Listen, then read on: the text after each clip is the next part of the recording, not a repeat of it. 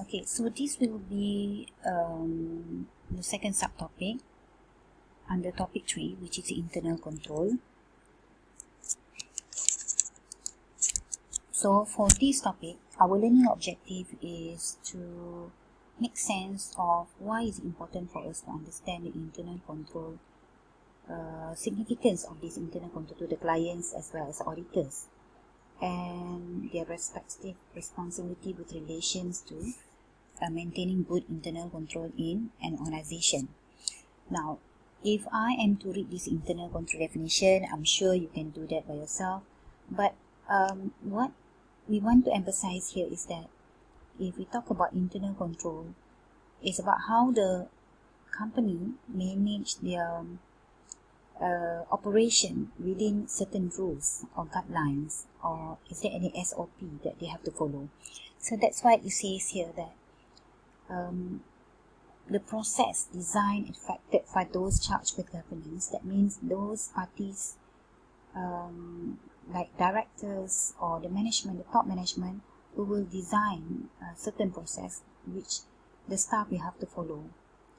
And this will provide reasonable assurance about how they are going to achieve the company's objectives with regard to reliability of the financial reporting, effectiveness and efficiency operation, and compliance with applicable laws and regulations.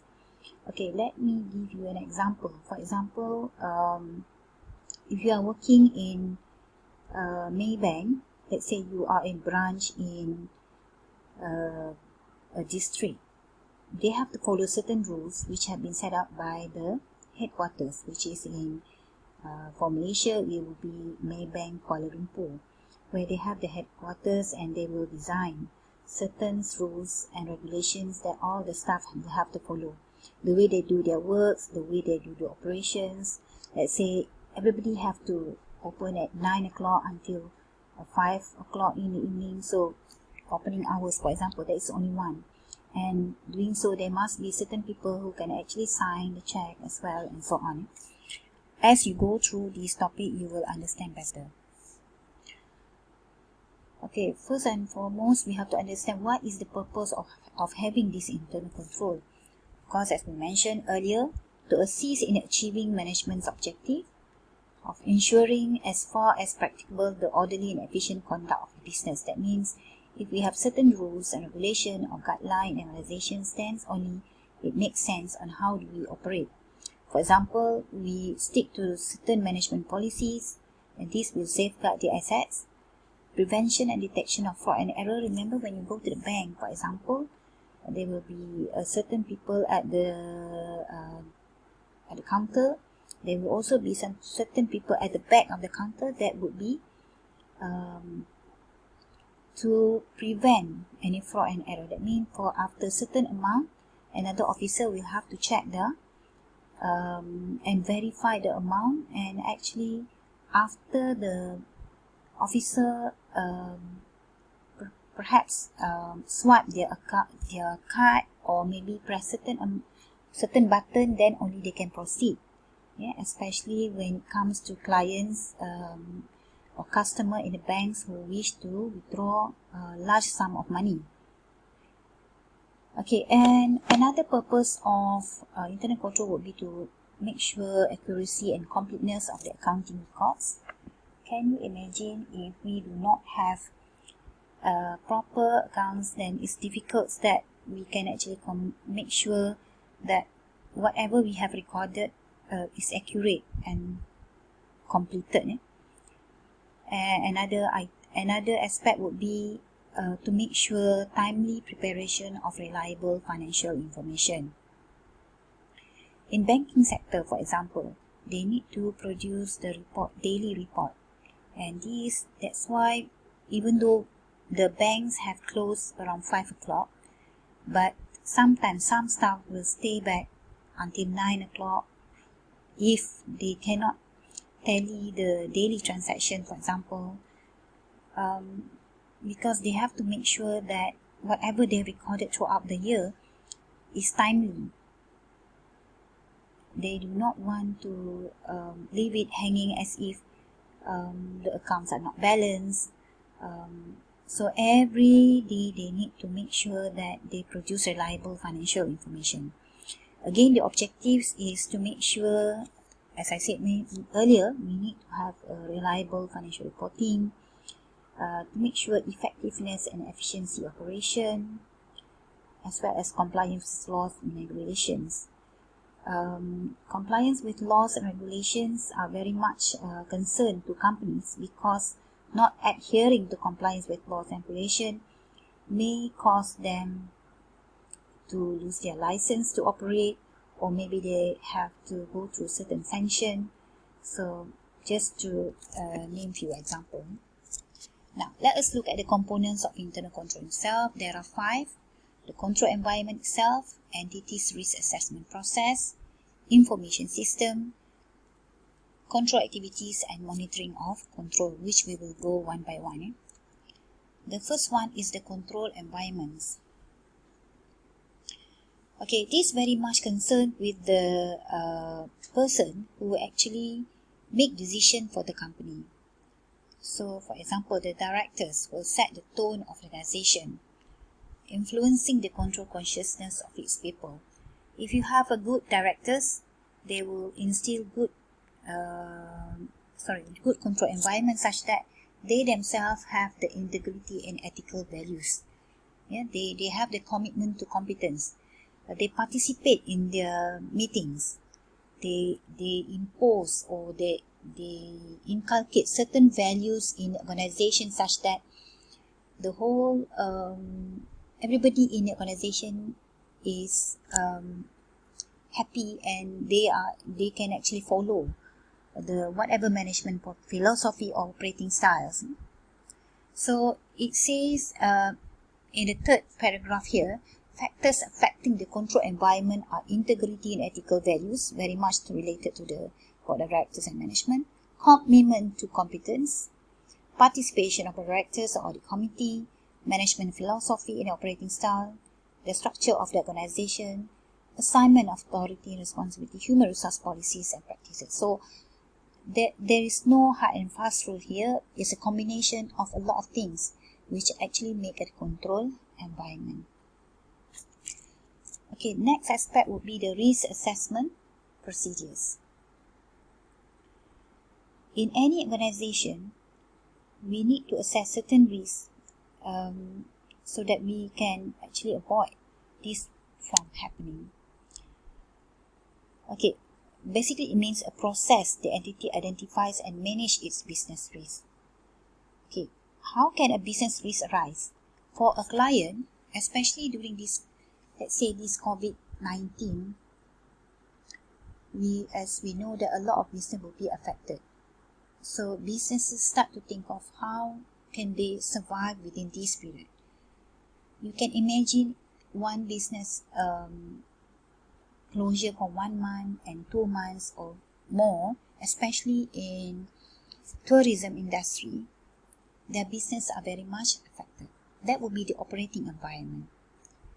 So that's why it says here that client business risk can change or arise due to change in operating environment, whether there come new personnel, new director also will bring a new landscape to the company, new or revamped information system, new technology. So all these factors will actually affect and give rise to a business risk.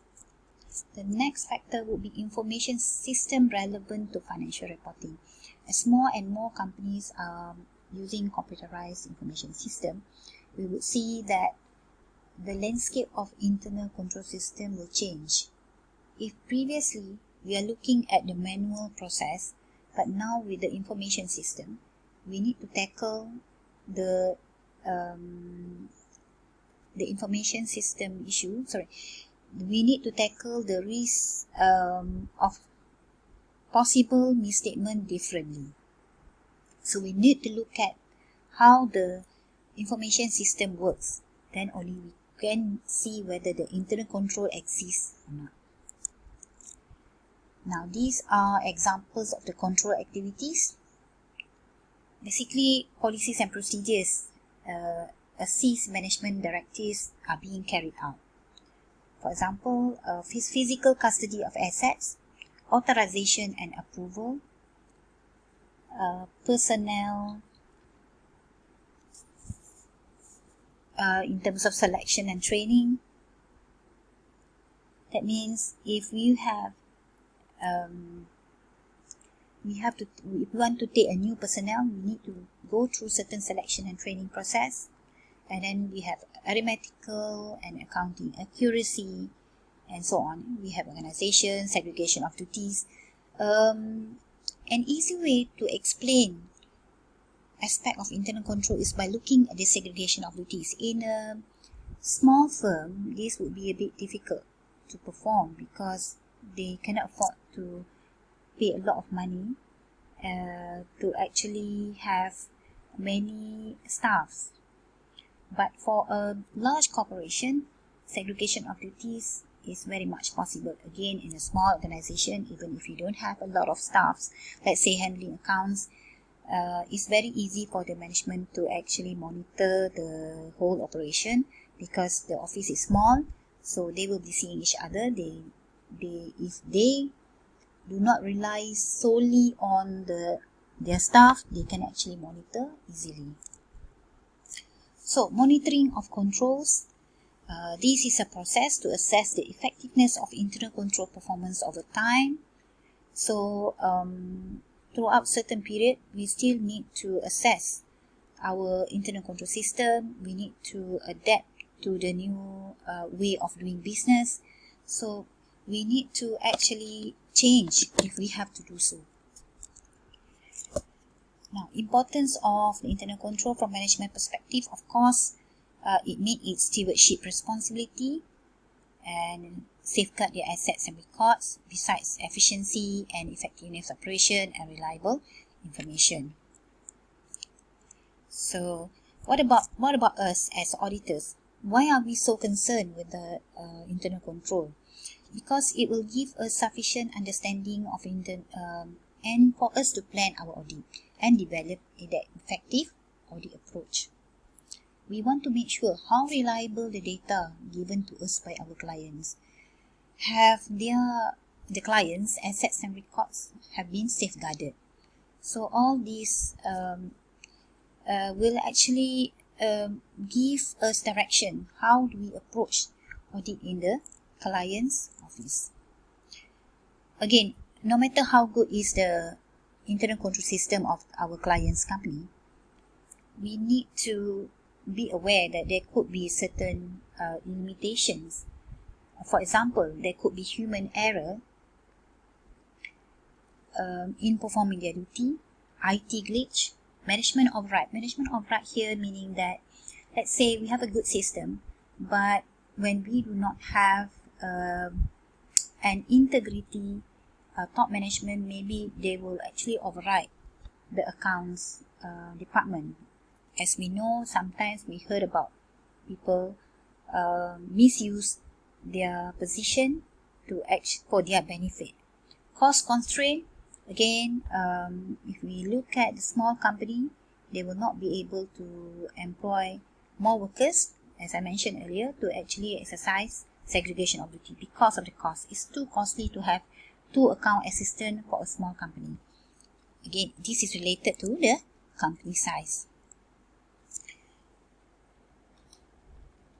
Okay, now we look at the last slide, test of control. Again, we have discussed this in the previous subtopics before this.